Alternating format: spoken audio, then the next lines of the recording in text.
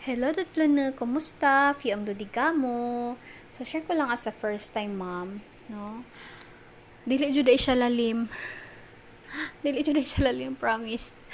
So, mao makaingon jud ko sa mga mama diha, sa ko ang mama. Thank you kaayo and I'm very proud of you, no?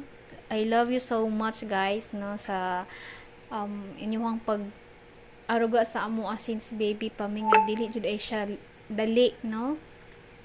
So sa mga first time mom diha, kaya ra na laban inahan, no? Kung unsa man imong naagian karon na kaya ra na ay apil na pala sa pagampo permi, no? So iwasan lang jud nato magpa-stress, lalo na magabot ang time nga kanang feeling nato nga walay makaintindi sa ato ano, makaagit pud tag kanang ginatawag lang nga postpartum. As in lisod kayo siya, guys. One time natingalan na ako ang partner, nag-abot siya dito sa balay nga grabe akong hilak. As in kanang hilak jud nga ano. Nagapangayon ako sorry kay baby kay ano ko nga, be sorry gikapoy lang si mama ana. Wa ko kasabot sa akong ginabati kanang as in gikapoy ka nga sakit imong lawas basta ing ana. So tingala akong partner pag-abot niya. Pag-abot niya giingnan ako siya nga pakikuha sa ang bata, pagkuha ni sa bata as in dito na ko gibuhos tanan.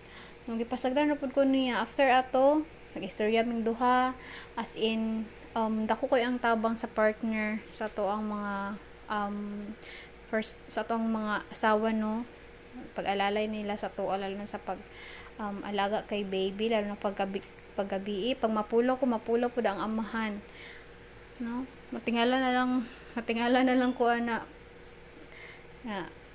si baby natulog na, ipatulog na siya sa iyang amahan, ako nakatulog na, gipnapauna ko niya patulog tapos pukawon ra ko niya pag si baby tapad na sa kuha. So mong laban lang, guys, no, dili man jud lalim ang maging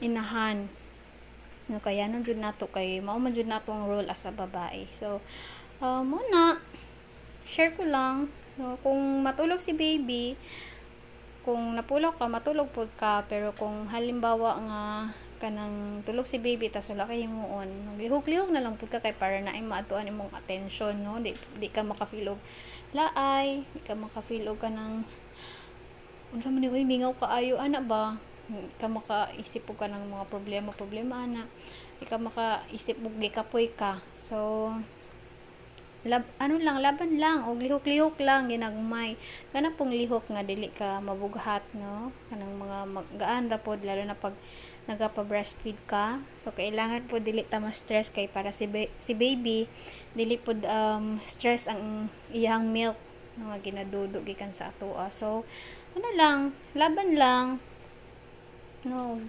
kanang more patient pa mga inahan, no, lalo na sa mga first time mom diha.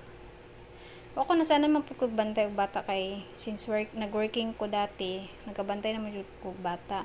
Pero lahi na jud ay siya pagka nanggikan na jud sa imuhan na jud sarili, no. So kaya ra na, laban lang mga inahan. So sa mga mama, thank you kaayo and I'm very proud of you mga mama. I love you.